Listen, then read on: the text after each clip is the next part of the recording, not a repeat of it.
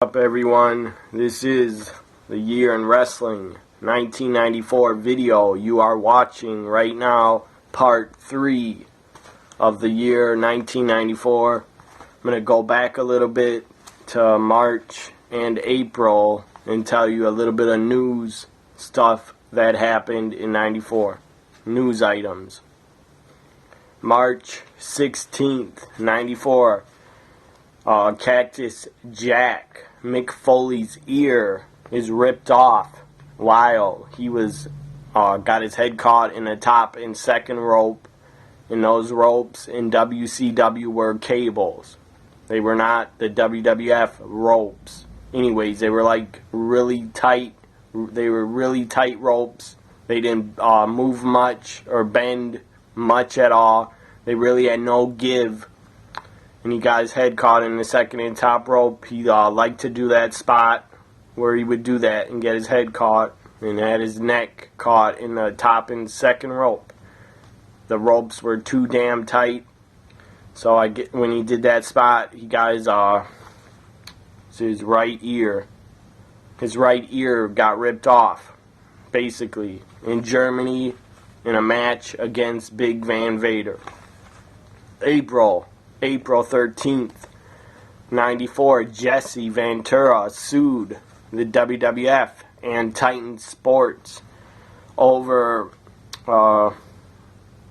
royalties of his use that he was on commentary for WWF pay-per-views and videos, and he claimed he wasn't paid his full amount of royalties.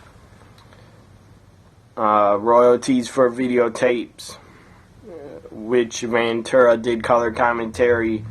Ventura was looking to get $2 million from the WWF. He was suing them for $2 million. He did win, but he was only awarded $809,958.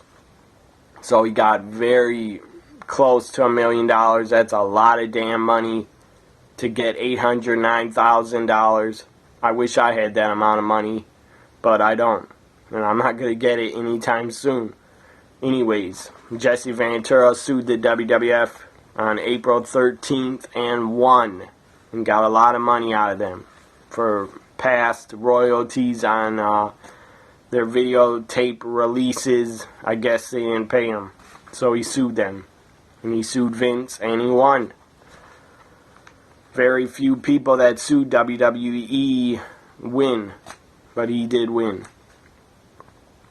June 9th, 1994. The first ever Hall of Fame ceremony is held. WWF inducts. It was held in a hotel in Baltimore. The inductees were Freddie Blassie, Bobo Brazil, James Dudley, Gorilla Monsoon, Buddy Rogers, Arnold Skolden, and Chief Jay Strumbo are inducted into the WWF Hall of Fame on June 9th, 94. That happened. And the first Hall of Fame member was Andre the Giant back in 93. I believe he was the first inductee into the WWF Hall of Fame, and the first one and the only one in 93. But WWF put more guys in and more legends in 94. After that Hall of Fame ceremony on June 9th, I already talked about Bash at the Beach in my last video. But June 11th, 94, Hulk Hogan signs with WCW. That happened. And July 5th, Vince McMahon went on the trial of the WWF. The trial of Vince McMahon started with basically the government was going after Vince McMahon on steroid distribution charges. And that trial got started on July 5th, 94. The trial against Vince McMahon. And then July 22nd, probably 3 weeks later, Vince McMahon is acquitted in conspiracy to distribute steroids to wrestlers following 16 hours of jury deliberation. Vince McMahon is acquitted of all charges and is not guilty.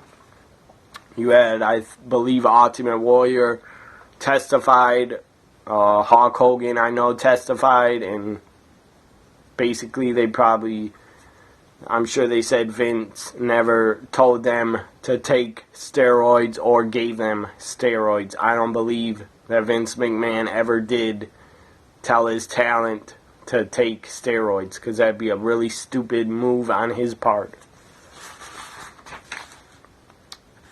And before I talk about some ECW and WWF King of the Ring 94 and then SummerSlam 94, I'm going to talk about some other news that happened in August. August 27th, 1994, Eastern Championship Wrestling, known as ECW, renames himself, and they become Extreme Championship Wrestling. That's a much better name, and they definitely got way more extreme in 94, at the end of 94, and 95 and 96. They were definitely Extreme Championship Wrestling. So that happened on August 27th. ECW, known as Eastern Championship Wrestling, became Extreme Championship Wrestling. Now I'm going to talk about King of the Ring. WWF King of the Ring 1994 was held in Baltimore, Maryland. And they had some guy, maybe he was an old football player. I don't know what team he played for. He might have been, I think he played for the Browns. I think his name was Art something. I don't remember his name. I don't remember his first name. I think it was Art. Anyways, he was on commentary for the King of the Ring 94. I have no clue why WWF wanted him on commentary, because he sucked ass. He was awful at commentary. This old football player was really bad at commentary. He had no business being on commentary with Gorilla Monsoon or Macho Man. He knew nothing about the product, and it was pathetic and disgraceful. Anyways, King of the Ring, first round matches, or second round matches, whatever they were. Razor Ramon defeated Bam Bam Bigelow to qualify and go to the next round. IRS defeated Mabel to go on to the next round. Owen Hart defeated Tatanka to go to the next round. The 1-2-3 Kid defeated Jeff Jarrett to go to the next round of the King of the Ring. Then you had an Intercontinental Champion, Diesel. The Intercontinental title was not on the line. The WWF title was. Intercontinental Champion Diesel defeated WWF Champion Bret Hart by disqualification. That match went 22 minutes, 51 seconds, and it was pretty good. Diesel and Bret Hart always put on good matches with each other, and probably Bret Hart is probably the reason why Diesel, Kevin Nash had great matches, because he was in there with Bret Hart. Next round of the King of the Ring, Razor Ramon defeated IRS to go on, I think, to the finals. And Owen Hart defeated 1-2-3 Kid, and that was a very good King of the Ring match. But it wasn't that good, because it only lasted 3 minutes, 37 seconds. World Tag Team Champions, the Head Shrinkers, defeated the team of Yokozuna and Crush. And Yokozuna and Crush were managed by Mr. Fuji. Owen Hart then defeated Razor Ramon with help from Jim the Anvil Neidhart. Came down to the ring. I believe earlier he came down to the ring with Bret Hart to watch Bret Hart's back. Later he came down to the ring and he turns on Razor Ramon to join Owen Hart. So the Anvil turned on Razor, clotheslined him on the outside of the ring, knocked him down to the floor. And then Owen Hart defeats Razor Ramon to become the King of the Ring. And then he would get a huge push and become the King of Hearts, Owen Hart. It was awesome to see Owen Hart win the King of the Ring. In 93, his brother Bret did it. 94, Owen Hart did it. And it was well deserved to give Owen Hart the King of the Ring win on pay-per-view. So Owen Hart becomes the King of the Ring in the second King of the Ring pay-per-view event. And then you had last, I don't know if it was the main event. It might have been, I don't remember. This was the last match. Roddy Piper came back, returned, after Jerry the King Lawler kept calling him out and making jokes about him and bad-mouthing him. He had a real skinny little guy show up dressed like Roddy Piper on the King's Court on a Monday Night Raw. So you kept making fun of Roddy Piper over and over and over. Finally, Roddy Piper started coming out with promos, cutting promos about Jerry Lawler. It was like vignettes, videos, and then he kept saying in the videos, that's the bottom line, and bottom line, Jerry Lawler, I'm going to be at the King of the Ring, and I'm coming for you. That's basically what he said in his videos. I think he was at his home in Oregon. They kept showing video of Roddy Piper. He was with horses. They were probably his horses, so he's probably on his ranch or wherever he lives, on his property. So Roddy Piper defeated Jerry the King Lawler, and it was not a very good match at all, but it was okay. But for some reason, Roddy Piper and Jerry Lawler did not work well together in the ring. It just did not click, and it did not work. Their feud was okay. They both could talk. They both could cut good promos on each other. But in the ring, Lawler versus Piper was not good at all. That was the King of the Ring 94. The highlights of the King of the Ring for me, obviously, was Owen Hart winning and becoming the King of the Ring and becoming the King of Hearts. Up next, I'm going to talk about some ECW before SummerSlam 94. ECW, I believe this happened in August or September. I hope I'm not wrong about that. But it happened sometime in late summer of 94. You had Sandman in a feud with Tommy Dreamer. And they had a match. Sandman had a cigarette lit in his mouth. And he was trying to power drive Tommy Dreamer. He power drove him. And then the cigarette, supposedly the storyline was the cigarette fell out of his mouth and went into his eyeball. So he got blind. And they worked the blind, or that was after, he got blind after his storyline and match where he beat Tommy Dreamer in the ECW arena. And then the stipulation was if Dreamer lost, he had to take 10 shots from Sandman with the King. 10 shots from the Sandman with the Singapore King. And woman was the Sandman's manager. She kept trying to talk Tommy Dreamer out of taking the 10 cane shots. She kept saying, Dreamer, you don't have to do it. You don't have to take the 10 cane shots if you bow down and kiss my feet, Dreamer. And Dreamer got on the microphone and said to the woman, no, I want the shots, and please, sir, may I have another? And then he even said to the woman, you can get down on your knees, and how about you kiss my ass? And then Sandman drilled him again and again and again. He was drilling Tommy Dreamer in the back. Super stiff, hard ass Singapore cane shots to the back of Tommy Dreamer. It was brutal. It was hardcore. And Tommy Dreamer was not really over at all before this in ECW.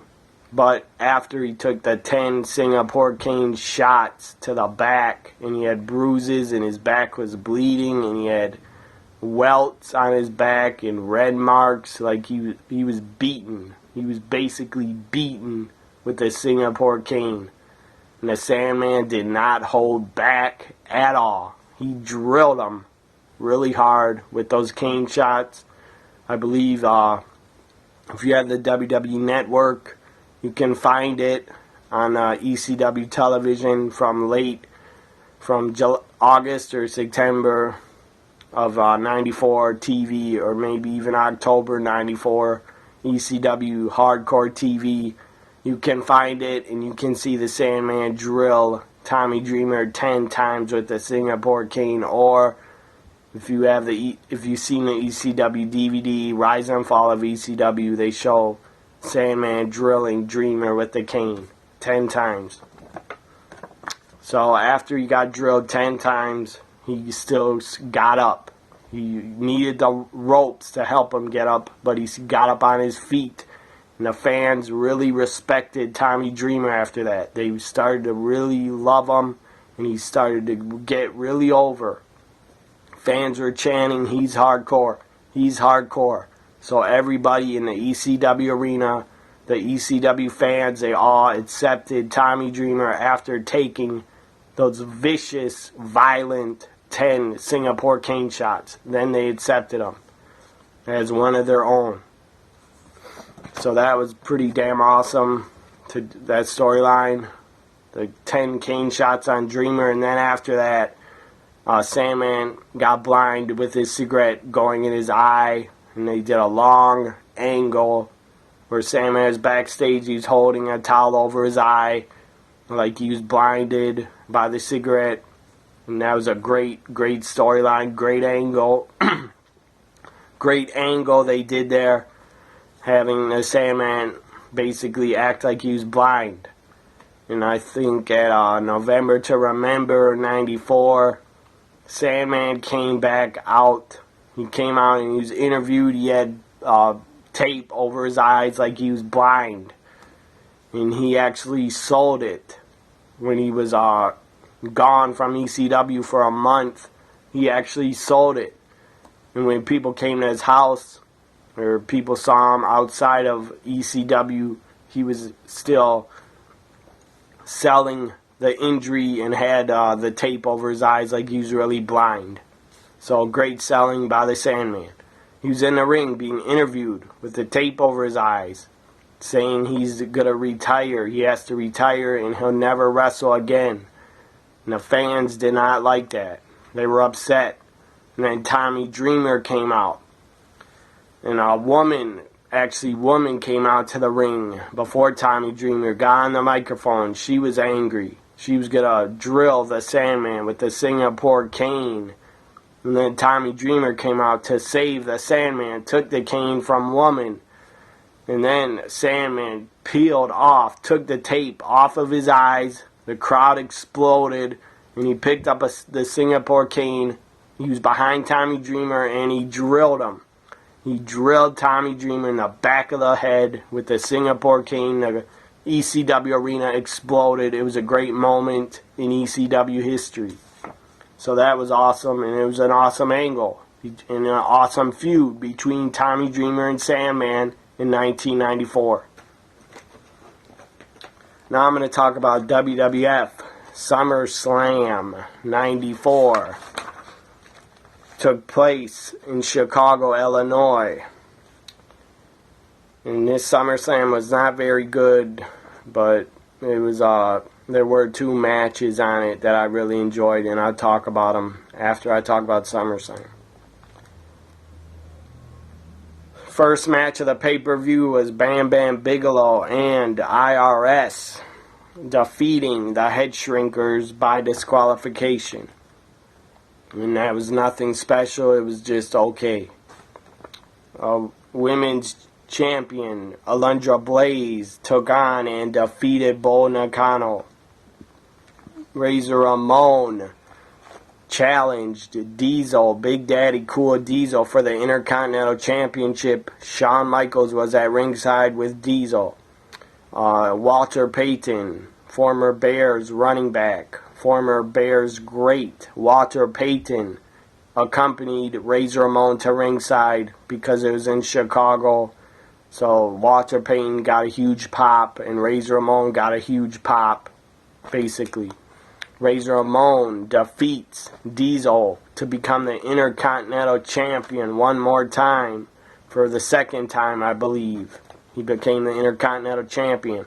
Shawn Michaels got involved and super kicked Diesel. I believe that's how Razor won, after Shawn super kicked Diesel accidentally. So Razor Ramon becomes the Intercontinental Champion at SummerSlam 94. Up next, you had Tatanka defeat Lex Luger. And they were trying to have a feud between Lex Luger and Tatanka at the time. And Tatanka accusing Lex Luger of taking money from the $1 Million Man, enjoying his corporation, and turning on all the fans and whatever. But it was the other way around. Tatanka is the one that joined what the hell was the name of Ted DiBiase's group? The Money Incorporated. So Tatanka was the one that took the money from the $1 Million Man, and it wasn't Lex Luger. So Tatanka turns heel after this SummerSlam 94. And Tatanka, as I said, defeated Lex Luger. I believe Bam Bam Bigelow even came out from Money Incorporated and attacked Lex Luger, and then Tatanka joined in. Jeff Jarrett defeated Mabel. That match was pretty awful and boring. In the main event, well, close to the main event, World Champion Bret Hart, WWF Championship on the line. Bret the Hitman Hart in a steel cage against his brother, the challenger, the King of Hearts, Owen Hart, got a title shot. And it was a very great, very good worked steel cage match at SummerSlam 94 between Bret and Owen. Bret and Owen never had a bad match. I never saw them have a bad match when they worked with each other. So that was great. And Bret Hart defeated Owen Hart in 33 minutes, 21 seconds. So pretty damn long steel cage match. But it was worked well.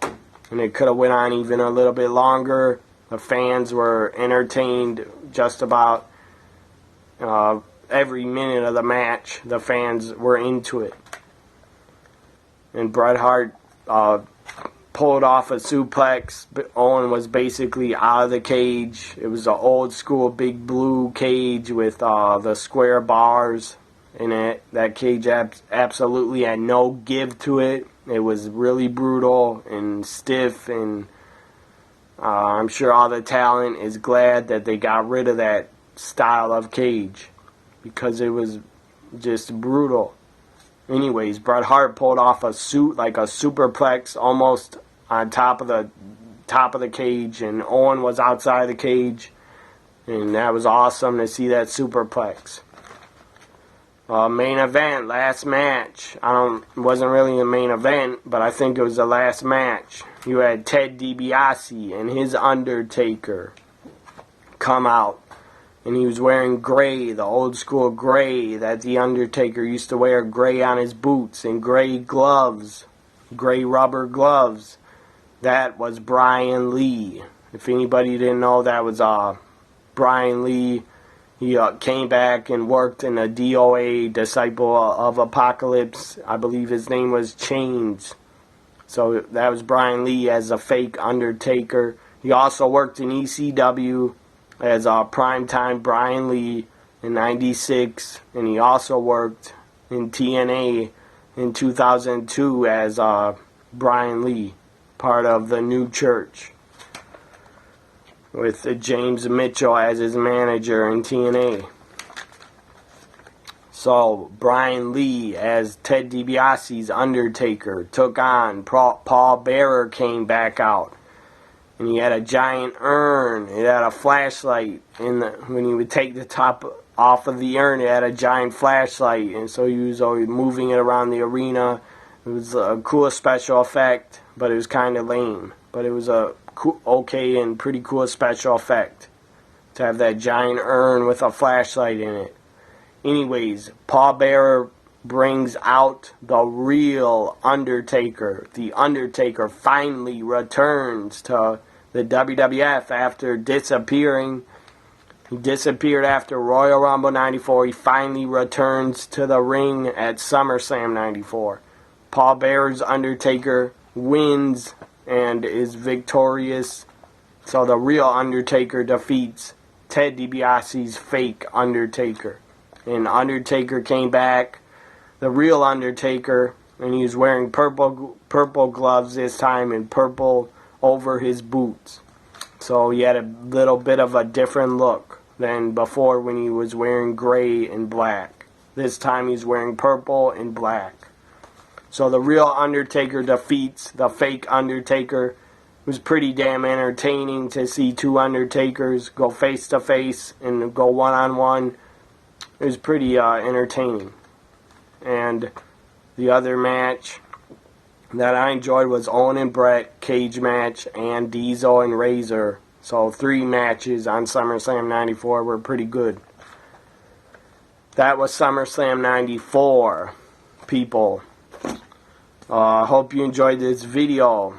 I'll be back with part 4 where I talk about WCW Fall Brawl 94 and Halloween Havoc 94, and I'll talk about Survivor Series 94 also.